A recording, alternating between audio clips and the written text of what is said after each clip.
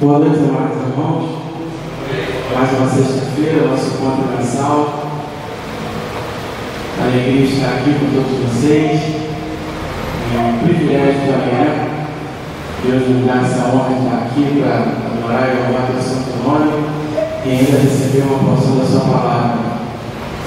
Esse projeto aí que Deus tornou no coração do nosso irmão Gabriel, que hoje, devido ao problema pessoal, não pôde vir. Está fortalecendo a nossa figura masculina como sacerdote lá da igreja. Tem sido um momento de aprendizagem e um pouco de prática muito bom mesmo. Agradeço a Deus pela vida dele e que possamos continuar nessa caminhada aí. Eu queria ter uma palavra aqui no livro de Romanos 12:10. Poder dar início. Romanos 12:10. Amai-vos cordialmente uns aos outros com amor fraternal, preferindo-vos em honra uns aos outros, né? A questão de você honrar o teu próximo do que este mesmo, né? Abrir mão de você como Cristo abriu mão dele por nós, ele não tinha obrigação nenhuma, mas por amor. Ele morreu por nós, né? Perdoou os pecados, deu vida eterna e vida em abundância. Louvado seja o nome dele por isso. Eu agradeço muito por isso. Eu queria estar orando agora pela igreja, pedir ao pastor Alexandre, pela igreja de Sete Pontes, pelo avivamento, pelo servir da igreja de forma geral, desde o pastor Bruno até o Marquinhos Zelador, passando por todos os membros. Um clamor especial também pela esposa do nosso irmão Rafael. Eu creio que a última palavra vem de Deus, ele é médico dos médicos e o fim é só quando ele fala. Eu creio muito nisso e creio que a gente vai ter um testemunho muito bonito para glorificar Deus por isso.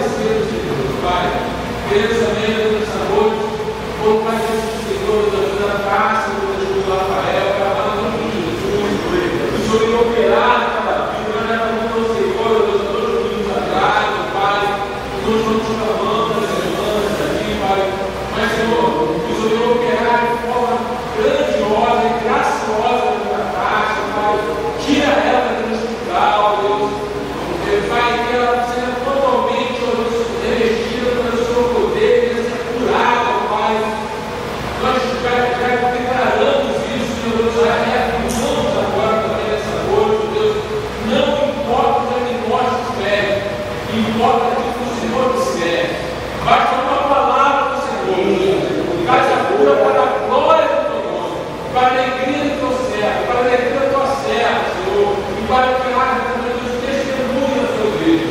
O Senhor ainda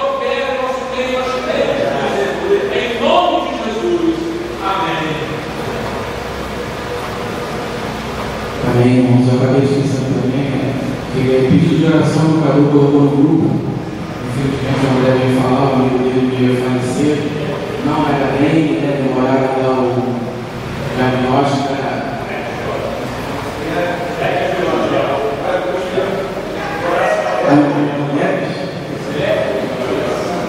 que Deus possa confortar a família, né? O próprio Cadu, que era muito amigo dele, os familiares nos momentos de vida, né? É uma tragédia, né? Ainda mais porque o diagnóstico. Que Deus possa confortar a todos nesse momento. E é isso, igreja é isso, né? Nós vamos orar e interceder um pelos outros. A gente sempre deixa esse papel de interceder para as mulheres, mas nós homens também temos que ter esse compromisso. O Gabriel fez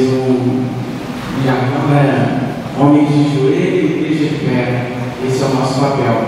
Eu queria estar afirmando aqui aquele texto que ele sempre fala para a gente, né? Queria que os irmãos repetissem, né, junto comigo. A minha esposa será amada por mim. A minha esposa será amada por mim. A minha igreja será servida por mim. A minha igreja será servida por mim. A Bíblia será aberta na minha casa por mim. A Bíblia será aberta na minha casa por mim. E os filhos dos meus filhos servirão ao meu Deus. E os filhos dos meus filhos servirão ao meu Deus. Aleluia. Possamos cumprir com excelência o mandamento que Deus mandou, né?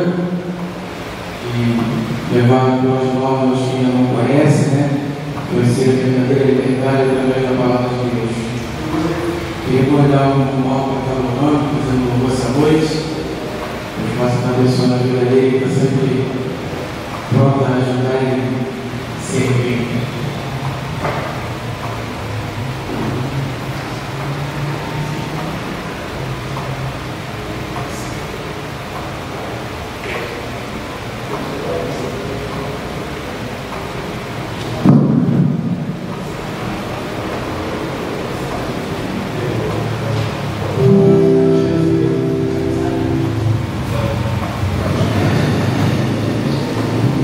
Louvemos a nosso Deus por em toda a honra e toda a glória.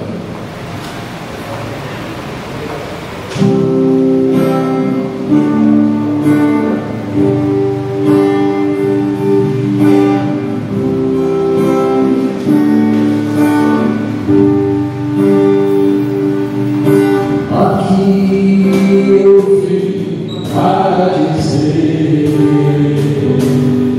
eu quero mais te conhecer. A minha alma tem sede de ti. Ó Espírito Santo, estou aqui. Aqui eu vim para dizer: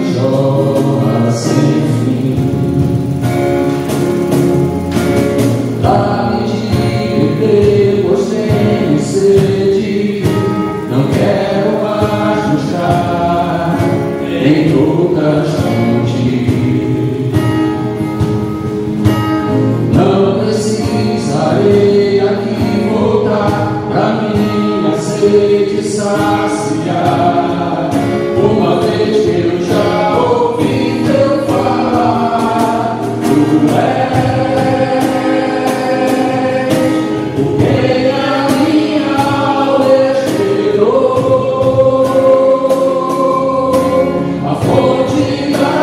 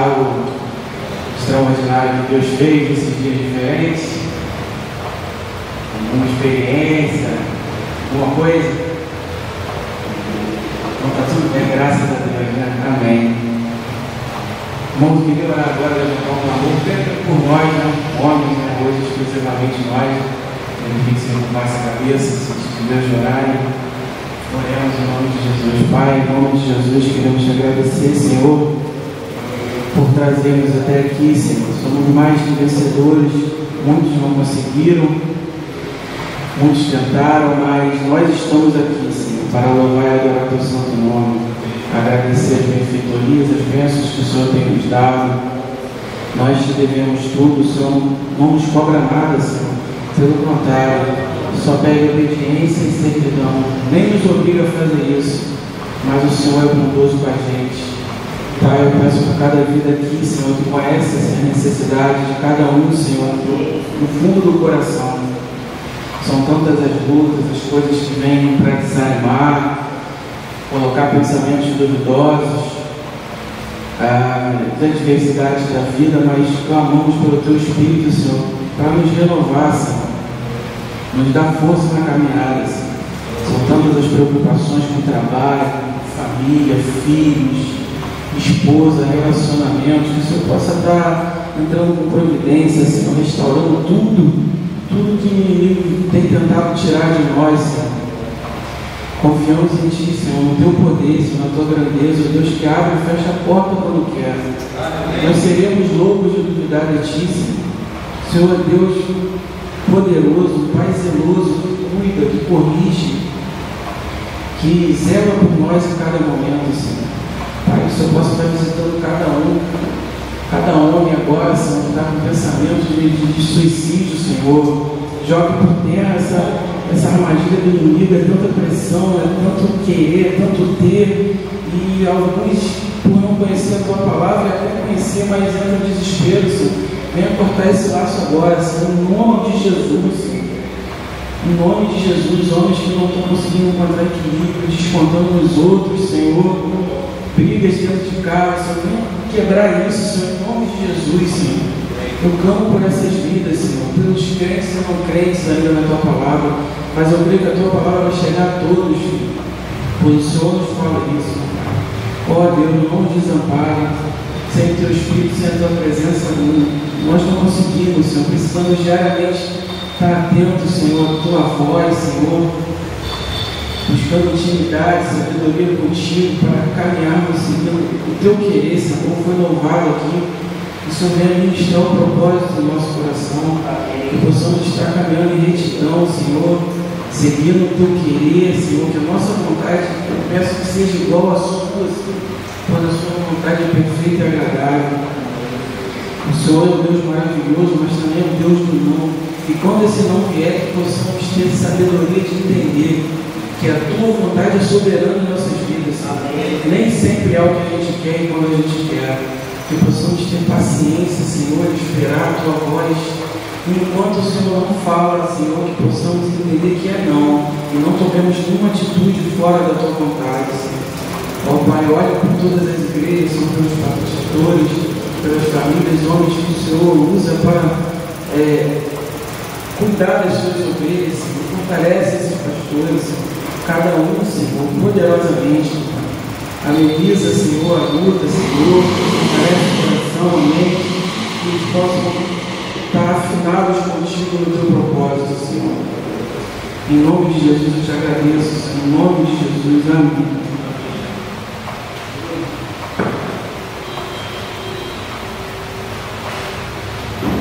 Glória a Deus. Irmãos, nós vamos ter um momento de oração agora. Provérbios 27, 17 diz assim: com ferro se afia, assim o homem ao seu amigo. Então Deus coloca pessoas ao nosso lado para nos afiarem, para nos fortalecerem, nos encorajarem. Nós vamos ter então agora um momento de oração em dupla. Então, à medida que eu for falando nomes aqui, você vai se levantar. Vou falar alguns nomes, a pessoa, quando ouvir esse nome, vai se levantar, vai ser a primeira pessoa. Depois vou falar outros nomes, a segunda pessoa vai se levantar e vai se unir a essa primeira. Tá bom? Então, à medida que eu falar alguns nomes, você vai se levantar. Guilherme, Gabi, Paulinho, Claudinez, Caleb e Eric. Para formar a dupla de oração. Um vai lá pelo outro, para a família do outro. Amém? Sofia, Ana Paula, Jaqueline.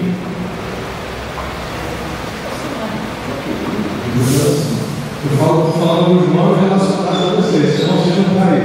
Amém? Glória a Deus. Keila, Karine, Silane.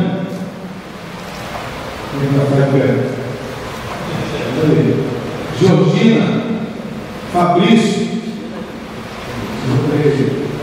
Falando o nome, você não vai subir aí no coração. Amém? Rafael, Ana Paula, Felipe, Tássia, Tamara e Tânia. Aleluia. Amém. Mônica, Sueli, Cristiane. Em nome de Jesus. Kézia. Amém? Cremilda. Amém. Então agora, dupla de oração. Você vai compartilhar uma dupla de oração, vai orar pela esposa, um orar pela esposa do outro, pelos filhos e filhas. Se tiver algum pedido de oração, gente, alguma coisa que você gostaria que eu orasse por você, vamos ter esse momento agora. Para a gente poder estar se afiando aí, estar se fortalecendo. Amém? Em nome de Jesus.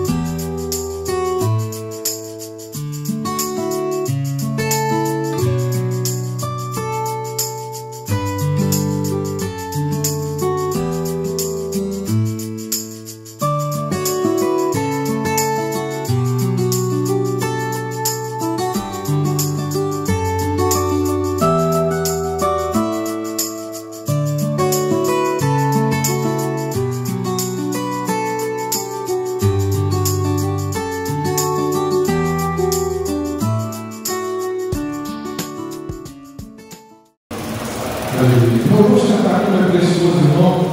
Vamos ficar em pé. Paulinho, vai ficar como é precioso, irmão. Está junto a ti.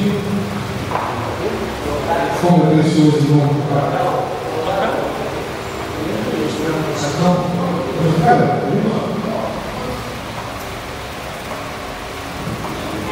Como é precioso, irmão, estar junto a ti. A gente tem refletido nessas últimas semanas, né, sobre a unidade.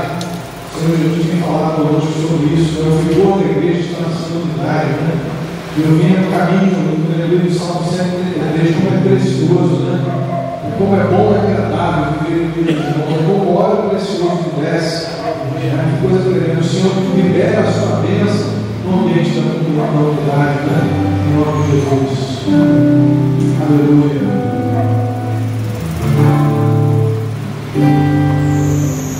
Como é precioso, irmão, estarem junto a ti, junto lado a lado,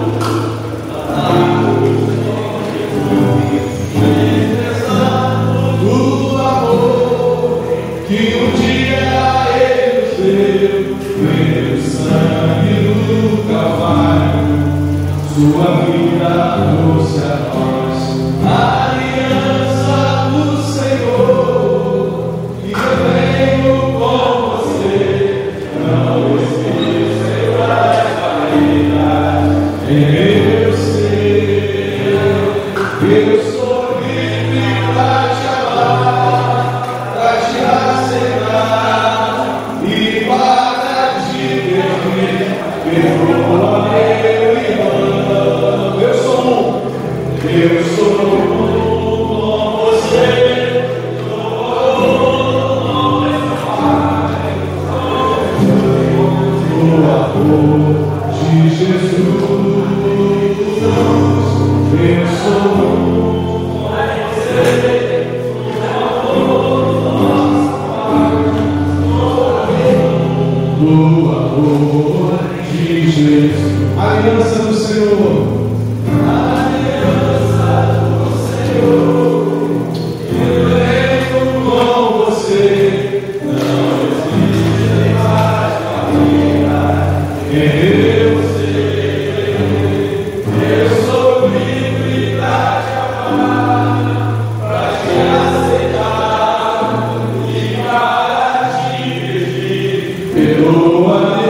irmão,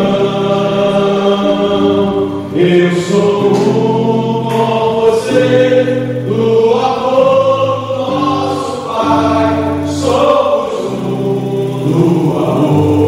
de Jesus, eu sou com você, no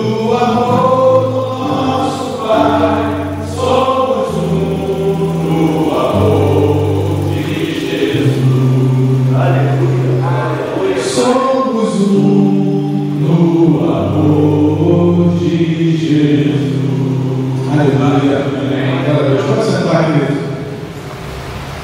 Isso é um verdadeiro milagre, né? O Senhor fazer de nós um só, né?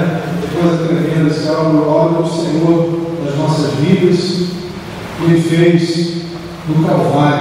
O que nos une é o sangue de Jesus, é o Espírito Santo, é o Evangelho, é a palavra do Senhor. Quero convidar você a ler comigo a sua Bíblia, no livro do Apocalipse, capítulo 5. Apocalipse, capítulo de número 5. Nós vamos ler esse capítulo, Apocalipse, capítulo 5. A palavra do Senhor diz assim: vi na mão direita daquele que estava sentado no trono um livro, escrito por dentro e por fora, de todo selado com 7 selos. Vi também um anjo forte, que proclamava em grande voz: quem é digno de abrir o livro e de desatar os selos? Ora, nem no céu, nem sobre a terra, nem debaixo da terra, ninguém podia abrir o livro, nem mesmo olhar para ele. Eu chorava muito, porque ninguém foi achado digno de abrir o livro, nem mesmo de olhar para ele. Todavia, um dos anciãos me disse: não chores, eis que o leão da tribo de Judá, a raiz de Davi, venceu para abrir o livro dos seus 7 selos. Então vi no meio do trono dos 4 seres viventes e entre os anciãos de pé um cordeiro, como tendo sido morto. Ele tinha 7 chifres, bem como 7 olhos, que são os 7 Espíritos de Deus enviados por toda a terra. Veio, pois, e tomou o livro na mão direita daquele que estava sentado no trono. E quando tomou o livro, os 4 seres viventes e os 24 anciãos prostraram-se diante do cordeiro, tendo cada um deles uma harpa e taças de ouro cheias de incenso, que são as orações dos santos. E entoavam um novo cântico, dizendo: digno és de tomar o livro e de abrir os selos, porque foste morto, e com teu sangue compraste para Deus os que procedem de toda tribo, língua, povo e nação. E para o nosso Deus os constituíste reino e sacerdotes, e reinarão sobre a terra.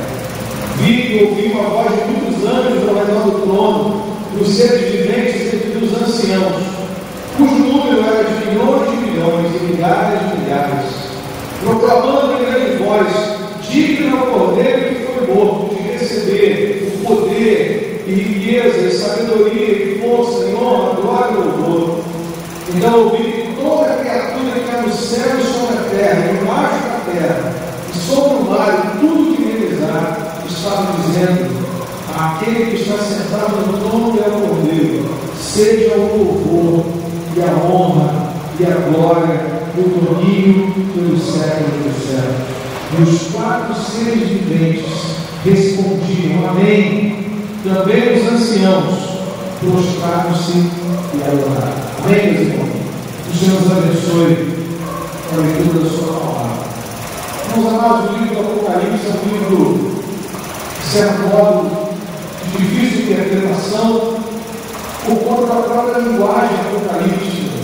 A linguagem apocalíptica, que não se transforma em Apocalipse, a gente tem Zacarias, Daniel, tem algumas visões assim, apocalípticas, ela é muito simbólica. Né? Quando nós pensamos aqui nesse livro, nós temos que nos lembrar de que essa revelação foi dada a João. João estava exilado na ilha de Patmos por causa da perseguição. Né? Ele vai dizer no capítulo 1 que ele se achava na ilha, no versículo 9, por causa da palavra de Deus e do testemunho de Jesus.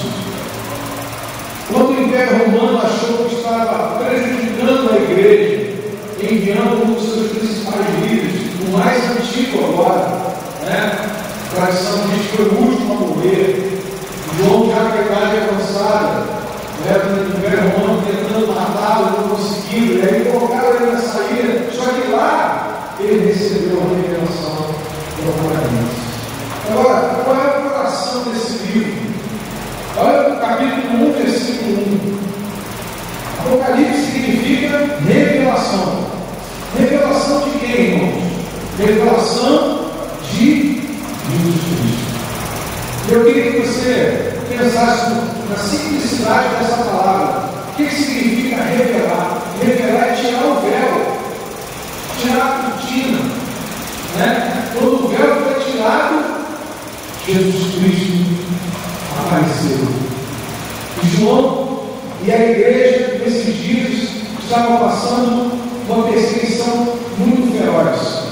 Muitos cristãos morrendo, muitos cristãos perseguidos, queimados, né? Virando tochas vivas, espetados perante o imperador. Por quê? Porque não se curvavam diante do imperador. O imperador romano era considerado Deus. Né? Ele era adorado, César era adorado. Ele era chamado de Quírios. Quírios significa Senhor. Só que a igreja reconhece só um Senhor, o Senhor Jesus Cristo. E por causa disso, muitos irmãos nossos morreram queimados, foram torturados. E João está vivendo esse momento. E aí Jesus começa a se revelar a essa igreja de perseguição. Nos 3 primeiros capítulos, Jesus fala as 7 igrejas da Ásia Menor. Mas nós vemos uma mudança de cena no capítulo 4. A gente poder entender o capítulo 5, nós precisamos ler o capítulo capítulo 4, versículo 1. Perceba que agora há um novo momento no livro.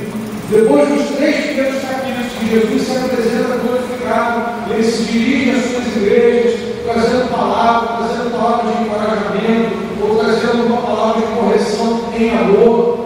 No capítulo 4, no versículo 1, ele fala assim: depois dessas coisas olhei, e eis não somente uma porta aberta no céu, como também a primeira voz que eu ouvi como de trombeta ao falar comigo, dizendo: sobe para aqui, e te mostrarei o que deve acontecer depois dessas coisas.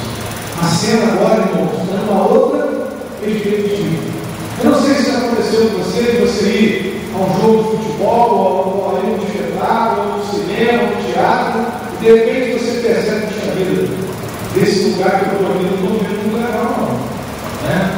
Aí você tenta, se for possível, se não for numerado ali, procurar o melhor lugar, para você poder enxergar melhor. E é exatamente isso que o Senhor está fazendo com o João. Deus está dizendo para ele: João, você vai agora subir, você vai olhar da minha perspectiva. E quando João começa a olhar da perspectiva do alto, chegamos no capítulo 4 e 5, ele vai enxergar um trono. Amém, meus irmãos? Versículo 2 do capítulo 4: e imediatamente eu me achei em espírito, e eis armado no céu um trono, e no trono alguém sentado. Aleluia! Não era o imperador, era o Senhor Jesus. No capítulo 5, a mesma coisa, é a mesma cena, é a continuação do que ele começou a ver. Ele começa a ver a história da perspectiva divina. E nós somos chamados, meus irmãos, a olharmos para a história, a olharmos para esse mundo, a olharmos para a nossa família, a olharmos para os desafios dos nossos filhos, a olharmos para as lutas que nós passamos na perspectiva do alto. É como se Deus estivesse dizendo: João, dá uma chegadinha para cá, você vai enxergar melhor aqui em cima. Porque muitas vezes o nosso olhar está muito focado na terra, nas preocupações desse mundo, nas inquietações, nas perturbações. Mas Deus está dizendo: sobe para aqui. Quando você subir a uma porta aberta, você vai se deparar com um trono, e alguém está sentado no trono. Aleluia! Nós não estamos à mercê do imperador, nós não estamos nas mãos dos homens, nossa vida está nas mãos do Senhor. E olhando para esse texto, a gente vai ver que o Senhor da história, ele nos escolheu em Cristo, e Ele quer nos usar para a expansão do seu reino, para a louvor da sua glória. Isso que a gente aprende aqui no capítulo 5. Eu queria destacar, irmãos, 4 realidades que são importantes na nossa caminhada, como homens de coragem, como homens de Deus, como filhos de Deus, como igreja. 4 realidades que precisam estar muito vivas a cada dia na nossa mente e no nosso coração, para que nós possamos avançar na presença do Senhor nesse mundo. A primeira realidade que nós precisamos sempre ter guardado na mente e no coração é: quem é Cristo? Quem é o Senhor que nós servimos?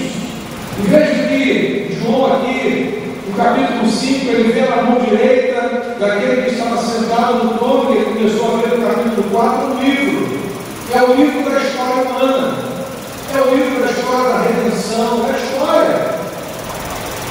E João percebe que aquele livro ele estava selado com 7 selos.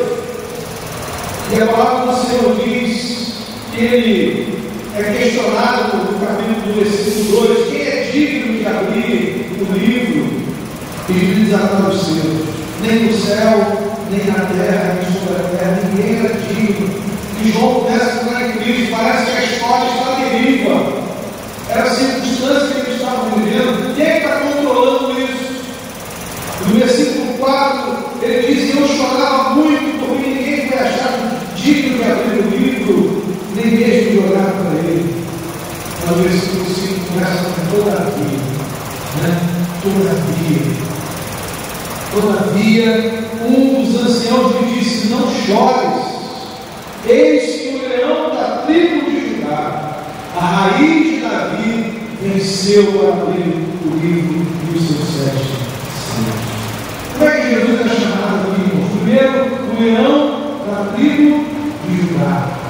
E aí nós precisamos voltar rapidamente o nosso olhar lá para Gênesis, capítulo 49, porque Judá era um dos 12 filhos de Jacó. E Jacó está no final da sua vida, nesse capítulo 49. E ele então reúne os seus filhos, ele começa a profetizar sobre cada um deles, sobre todas as 12 tribos. No versículo de número 1 de Gênesis 49, Jacó chamou seus filhos e disse: ajuntai-vos e eu vos farei saber o que vos há de acontecer nos dias de todos. E aí os filhos vieram. Ele começa com Rúben, que é o primeiro filho do verso 3. Ele continua profetizando, mas no versículo 8 em diante ele chega em Judá. Ele diz: Judá, teus irmãos te louvarão. Judá significa louvor. A tua mão estará sobre a cerviz de teus inimigos. Os filhos de teu pai se inclinarão a ti. Judá é leãozinho, da presa subiste, filho meu, encurta-se, deita-se como leão, como leoa. Quem o despertará? O cetro não se arredará de Judá. Jacó está profetizando que nessa tribo sairá o governante, aquele que vai reinar, o cetro vai estar na sua mão. E quando João começa a entrar naquela crise que ninguém é digno de conduzir a história, de guiar a história, o Senhor diz: o leão da tribo de Judá, ele venceu. Aleluia! Jesus é o leão da tribo de Judá. Em Hebreus, no capítulo 7, a palavra diz que ele, o nosso Senhor, veio da tribo de Judá. Ele é o leão da tribo de Judá. Ele também é a raiz de Davi. E aqui é uma outra profecia do Antigo Testamento. Deus prometeu a Davi que um sucessor do seu trono, um sucessor, reinaria para sempre. E aí, então, essa profecia está no Salmo 89 e em outros textos do Antigo Testamento, não poderia se cumprir em Salomão, não poderia se cumprir em Roboão e na descendência de Davi, porque todos eles morreram. Como é que alguém reinaria para sempre, alguém da dinastia de Davi reinaria para sempre? Mas aí, irmãos, chegamos na profecia de Lucas, no capítulo 1, quando o anjo do Senhor vai anunciar a Maria o nascimento de Jesus, Lucas capítulo 1. E aí a palavra do Senhor nos declara o que o anjo disse para ela. O anjo lhe disse, versículo 30, Maria, não temas, porque achaste graça diante de Deus. Eis que conceberás e darás à luz a um filho, a quem chamarás pelo nome de Jesus. Este será grande, será chamado Filho do Altíssimo. Deus, o Senhor, lhe dará o trono de Davi, seu pai, e ele reinará para sempre sobre a casa de Jacó, e o seu reinado não terá fim. Aleluia! Leão da tribo de Judá, raiz de Davi. Só que João ouve que ele venceu. Amém, irmãos? Ele venceu. Aquele que é o governante, Judá, o cetro não se arredará da sua mão. Aquele que é o herdeiro do trono, de um trono eterno, ele venceu a morte, ele venceu o pecado, ele venceu o inferno. Então é a esse Jesus que nós servimos. No capítulo 1, quando ele se apresenta, João diz: estive morto, mas eis que vivo pelos séculos dos séculos, e tem nas mãos a chave da morte e do inferno. Parece que, mesmo convivendo com Jesus, João estava angustiado, mas agora ele é consolado com essas palavras. João olha de uma outra perspectiva. A luta está grande, o imperador está mandando matar, mas eu estou no trono, eu reino, eu governo. O leão da tribo de Judá, da raiz de Davi. E é interessante que quando ele olha, ele enxerga o cordeiro, no versículo 6. Então vi no meio do trono dos 4 seres viventes, entre os anciãos de pé, um cordeiro, que tinha sido morto. Ele é o leão e ele é ao mesmo tempo o cordeiro. Que coisa tremenda, irmãos. Antes de ser esse que veio para reinar, ele veio como um cordeiro que tira o pecado. Ele é a mesma pessoa. São dois aspectos da obra de Cristo. E a nossa vida está nas mãos desse que venceu, meus irmãos. Às vezes nós ficamos impactados com as lutas que passamos, com a falta de recursos que enfrentamos, com os problemas com os filhos, mas é o Senhor que está no trono, e Ele é o nosso Senhor. A nossa vida está nas mãos dEle, e nós podemos confiar nele. Louvado seja o nome de Jesus. Primeira coisa, irmãos, nós nunca podemos perder de vista quem é Cristo. A segunda é o que Ele fez na minha vida. Percebam, o texto vai nos dizer, no versículo 9, que esse cordeiro estava recebendo louvores, que um novo cântico. Versículo 9, que novo cântico é esse? O que dizia esse cântico? Digno és de tocar o livro que abrir os selos, porque foste morto e com o teu sangue compraste para Deus os que procedem de toda tribo, língua, povo e nação. Nós fomos comprados, irmãos. Nós fomos comprados. Essa linguagem é uma linguagem antiga, uma linguagem do resgate do escravo. Né? Nós vivíamos escravizados pelo pecado, mas a palavra do Senhor nos diz que Cristo pagou pelo nosso resgate. Nós estamos hoje na casa do Senhor, como homens de coragem, como líderes da nossa família, porque nós fomos comprados pelo sangue de Jesus. Ele nos resgatou do império das trevas. Independente da luta que você esteja passando, meu irmão, você foi comprado por um alto preço. O diabo não pode tirar você das mãos do Senhor, porque Jesus falou: aquele que vem a mim de maneira nenhuma eu vou sair fora. Então, quem é Cristo na minha vida e o que Ele fez precisa ser o fundamento da nossa fé. Porque quando o vento contrário soprar, meus irmãos, nós precisamos estar com os pés firmados na rocha, em firmes fundamentos. E a palavra nos diz que nós fomos comprados. Quando nós lemos Hebreus, nós vamos ver que foi uma única oferta. Hebreus 7, 25, Hebreus 10, 10, 10, 12, 10, 14, uma única oferta, um único sacrifício, porque foi suficiente. No capítulo 1 de Hebreus diz que depois de ter feito a purificação dos pecados, Jesus assentou-se à destra da majestade. Por que ele assentou-se? Porque a obra foi concluída. A obra de redenção foi concluída, diz: está consumado. Amém? Quando ele resgatou você, ele fez uma única vez. Não fez parcelado, não fez em parcelas a perder de vista, não, foi uma única oferta. Foi tão poderoso, tão eficiente que ele fez, que a Bíblia diz que uma única oferta ele nos comprou para sempre, para a glória de Deus. Não sei como é que você tem passado esses dias, lutas em casa, talvez finanças, problemas no ministério, lutas na igreja ou no seu trabalho, mas essas lutas não podem anular aquilo que Jesus fez na sua vida, quem Ele é na sua vida e o que Ele fez. Amém?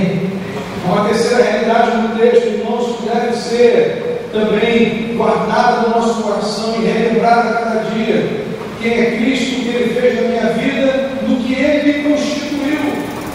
Porque Ele poderia ter nos comprado, meus irmãos, como acontece conosco. Às vezes a gente compra alguma coisa e aquilo vai ficando de escanteio, né? Ficando de escanteio. Às vezes a gente achava que ia usar aquilo e está lá, você comprou, é seu, é sua propriedade, mas você não usa, não tem uma finalidade mais, só vai parar. Eles foram para sua vida, esse sapato aqui, né? Eu ia no casamento, o casamento foi desmarcado, teve um problema lá, na pandemia, qual é o sapato? Vou falar um instrumento que eu achei que ia poder ensaiar e tocar na casa do Senhor. Vai lá, eu comprei meu, mas está sem nenhuma finalidade. Mas quando nós pensamos nesse resgate de Jesus na minha e na sua vida, não foi isso que ele fez. Ele não pegou e falou assim: eu comprei, agora vai ficar aqui na estante, vai ficar aqui guardado de lado. Não, deixa eu dizer que ele nos comprou, versículo 9: o que foste morto com teu sangue, compraste para Deus, os que procedem de toda a tribo, língua, povo, nação, e para o nosso Deus os constituíste, reino e sacerdotes que reinarão sobre a terra. Amém? Ele nos constituiu um reino de sacerdotes. Nós somos os sacerdotes da nossa família, nós somos sacerdotes da igreja, nós somos sacerdotes do trabalho. O Senhor nos constituiu agora. Nós temos uma nova identidade. Louvado seja Deus. Ele nos comprou e nos constituiu. Somos representantes dele, irmão. Representantes do Senhor, embaixadores em nome de Cristo. Nós representamos o reino dos céus, em casa, no trabalho, na igreja, na rua. Nós temos essas credenciais do alto. Bendito seja o nome do Senhor. Somos pedras vivas. Somos membros do corpo de Cristo. Estamos ativos no ministério da palavra de Deus, do Evangelho, para a glória do Senhor. Amém? Ele nos constituiu o reino dos sacerdotes. Nós temos autoridade real. Nós falamos em nome do Rei. Nós representamos o reino dos céus. Nós somos autoridade, meus irmãos. E nós temos que exercer essa autoridade em nome de Jesus. Autoridade para proteger as nossas esposas. Autoridade para ministrar sobre os nossos filhos, abençoarmos a vida deles, até os nossos netos, profetizarmos sobre eles, apontarmos o caminho. Deus nos constituiu no reino de sacerdotes. E quando Deus faz isso, Ele dá autoridade. Né? Ele dá legalidade, Ele dá autoridade, poder. E muitas vezes a gente vê as coisas acontecendo e não usa a nossa autoridade. Nós precisamos fazer isso. Né? Chega a enfermidade em casa, logicamente nós vamos buscar os recursos que nós vamos orar ao Senhor primeiro. Vamos erguer a nossa voz: Senhor, eu creio que terceiro pela minha esposa, pela saúde dela, me dá a direção agora. Primeiro você ora ao Senhor. Em terceiro, põe as mãos, né? Fala ao Senhor, a gente impõe as mãos. Nós temos a autoridade que o Senhor nos constituiu. Amém? Nós não podemos permitir que as coisas aconteçam na esfera que está debaixo da nossa autoridade e a gente fique passivo. Deus não fez isso nós. Ele nos deu a autoridade, Ele nos constituiu. Né? É uma nova criação. O que acontece na igreja é uma nova criação. Deus deu autoridade para Adão, para cuidar do jardim, para zelar pela família dele. Ele falhou. O primeiro Adão falhou. Jesus é o segundo Adão. Agora Ele levanta uma nova família, o corpo de Cristo, e dá autoridade ao seu povo. Né? Nós temos a autoridade no nome do Senhor. E nós precisamos exercer essa autoridade no nome de Jesus. No ambiente onde nós estamos, aquilo que está debaixo da nossa autoridade, da nossa esfera, precisa ter as credenciais do reino do céu. Né? Precisa exalar o perfume de Cristo. Amém? Em nome de Jesus. E a gente chegar e dizer: aqui na minha casa o diabo não vai imperar aqui não. Porque aqui tem um sacerdote constituído por Deus, comprado pelo sangue de Jesus e constituído por Deus. Aqui eu vou orar, eu vou representar o mal no nome de Jesus. Esses votos que a gente está fazendo aqui é porque nós fomos constituídos, né? Que nossa família será amada, que nossa esposa será protegida, nossos filhos, porque nós temos essa autoridade. Em nome de Jesus. Então, a gente olha para esse texto e vê essa maravilha, como Deus estava fortalecendo o coração de João e automaticamente a igreja. Essa mensagem chegou aos discípulos no primeiro século, que estavam debaixo de perseguição, e chegou para nós também, para a glória do Senhor. Quem é Cristo? O leão da tribo de Judá, a raiz de Davi, Ele venceu. O que Ele fez na minha vida e na sua, Ele nos comprou com sangue. Do que Ele nos constituiu, nós somos agora filhos amados de Deus, homens de Deus.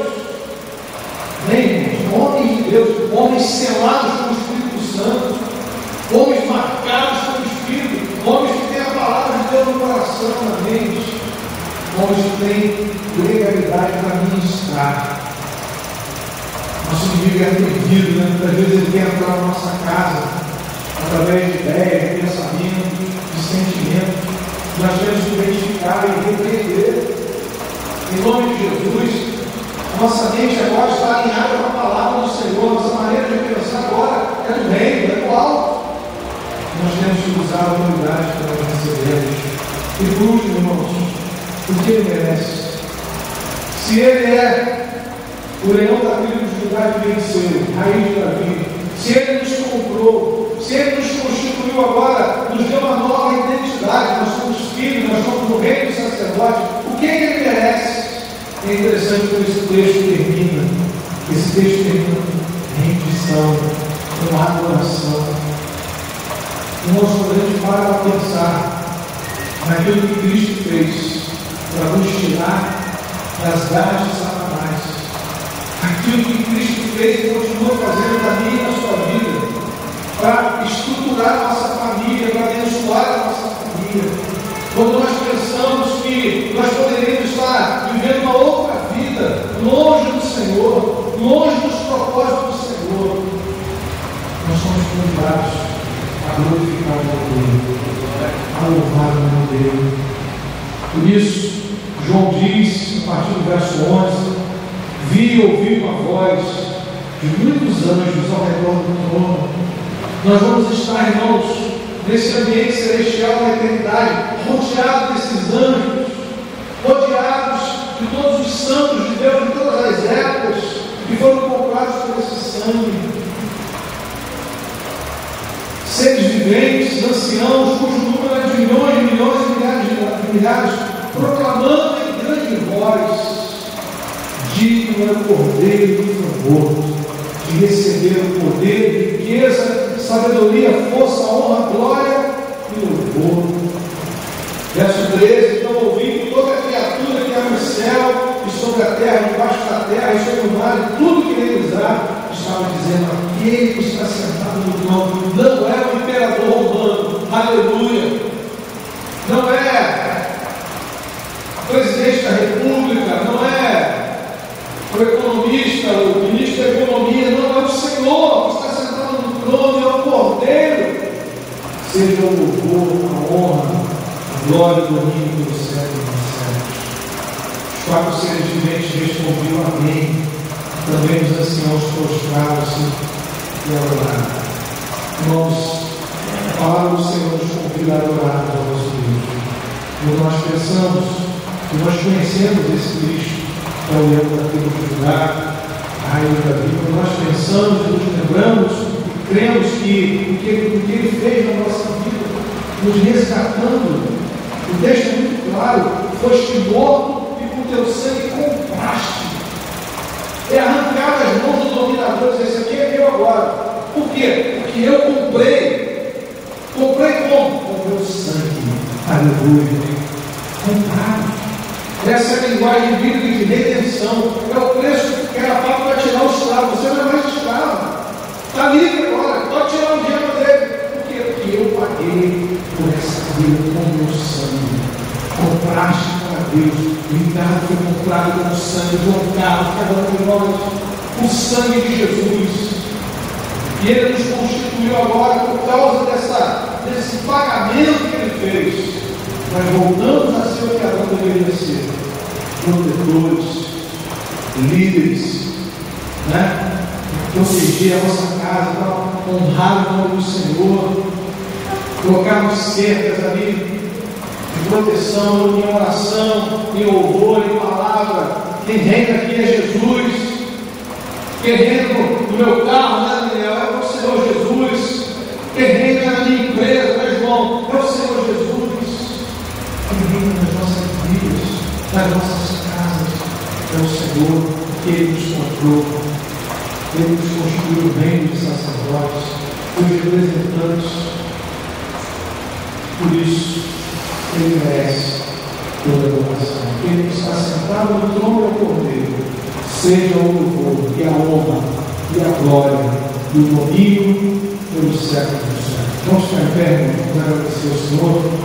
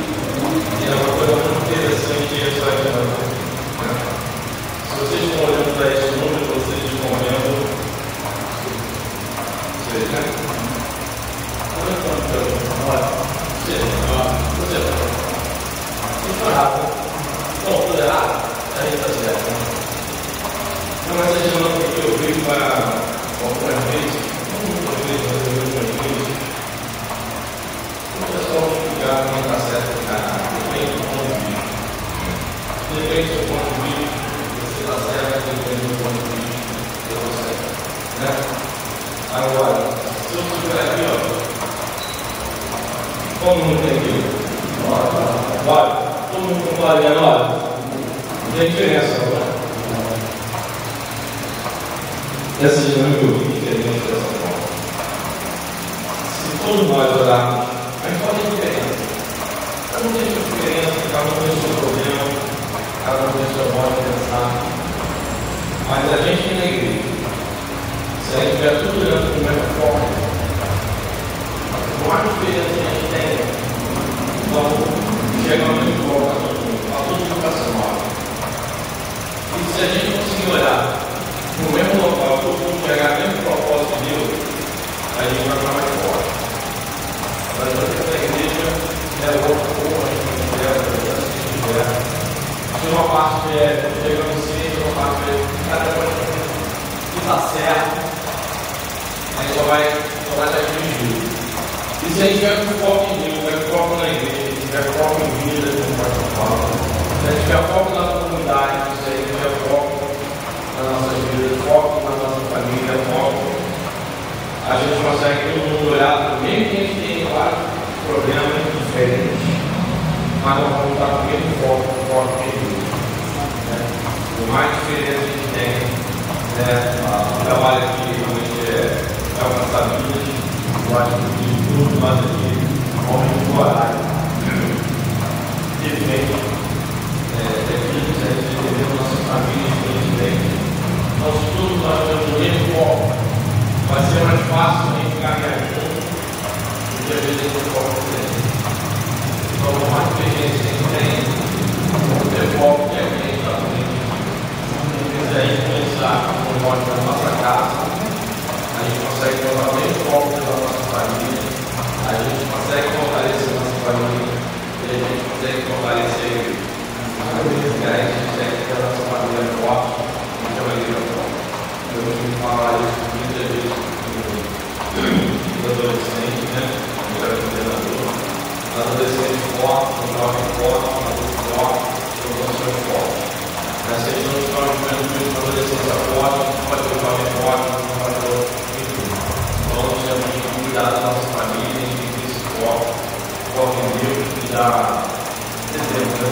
Nós fazer como homem, como provedor, exemplo de família, para a gente ter o mesmo foco, para mostrar para a nossa família, a nossa foco em Deus, o melhor lugar que a gente tem que estar na nossa igreja. Amém.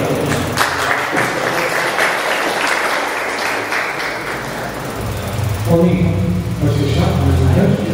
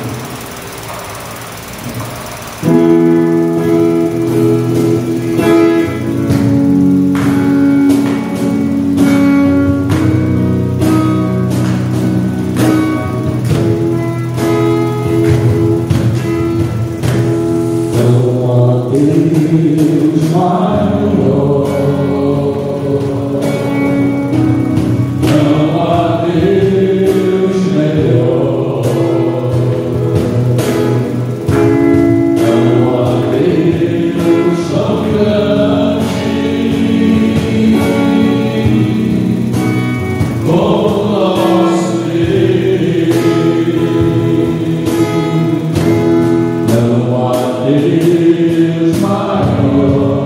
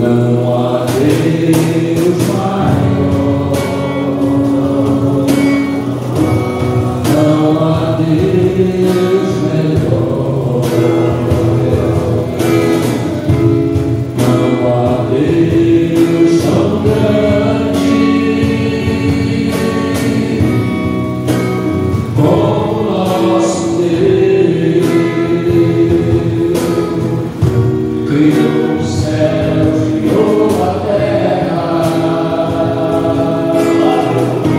criou o sol e as estrelas,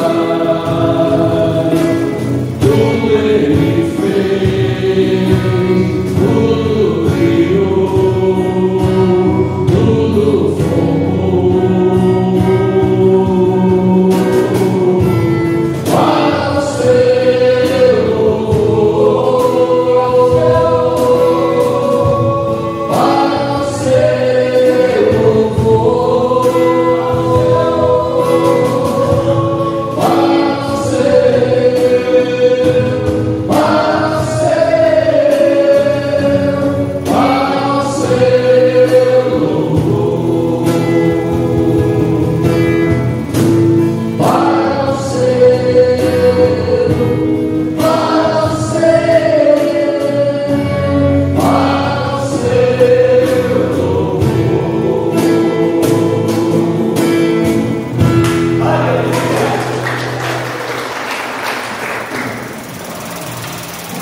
Bem, irmão, chegamos no final de mais uma reunião, que o culto nunca acaba, né? O culto não é Deus a todo momento, que possamos pôr em prática aquilo que foi aprendido aqui, né? Orado, louvado, o irmão João Carlos Poço, possamos estar olhando sempre o mesmo foco que é Cristo, então palavra, né? Possamos deixar a vaidade de lado, opiniões e focar em levar o Evangelho e cuidar de pessoas, com ousadia e independente, como o pastor pregou hoje, chancelados por Cristo, né?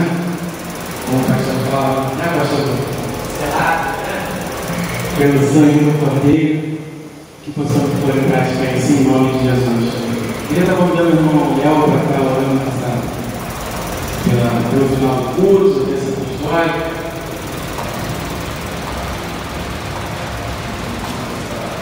Quando você para cá, você vai. Vamos orar. Deus, muito obrigado pela obra de Cristo, Pai. Do jeito lindo, Pai, nos comprando com o seu precioso sangue. Amém. Obrigado, Senhor Deus, porque o Senhor governa, Pai. Governa o mundo, governa a história das nações, mas o Senhor está sentado no trono e governa a nossa vida, Deus. Obrigado por essa certeza, Pai. O Senhor tem guiado as nossas vidas, Senhor Deus, tem conduzido as nossas famílias, Deus. Muito obrigado, Senhor Deus. Obrigado porque o Senhor, pela sua graça, nos constituiu como sacerdotes, Pai. Sacerdotes, Pai, na tua obra, Pai. Onde o Senhor tem nos colocado, Pai. Nós somos representantes do Senhor, Pai. Nós somos abençoadores, Pai. E somos, Senhor Deus, colocados como sacerdotes também, Senhor Deus, dos nossos lares, Senhor Deus, protegendo as nossas famílias, nossas esposas, nossos filhos, Senhor Deus. Louvado seja o Senhor. Isso, Pai. Nós te adoramos, Senhor Deus, porque o Senhor é bom, meu Pai. Nós te adoramos, Senhor Deus, por essa obra maravilhosa, Senhor Deus, nas nossas vidas, Pai. Porque o Senhor ainda nos usa como instrumentos em tuas mãos. Muito obrigado, Senhor. Obrigado por esse tempo, Senhor Deus, de comunhão, de adoração, Pai. Esse tempo de edificação, Pai. Como nos sentimos fortalecidos, Pai. Deus Espírito, Senhor Deus, que ministra os nossos corações, Senhor Deus. Obrigado também, Senhor Deus, pelo poder de estar comunhão, Senhor. Muito obrigado, Senhor, porque somos fortalecidos para construir juntos, Senhor Deus, ensinando uns aos outros, como diz a tua palavra, Senhor Deus, sustentando uns aos outros, como diz a tua palavra, Senhor Deus, abençoando a vida uns dos outros. Muito obrigado, Senhor Deus. Obrigado também pelo tempo que nós vamos ter ainda de confraternização, comunhão, Senhor Deus. Nós agradecemos, Pai, em nome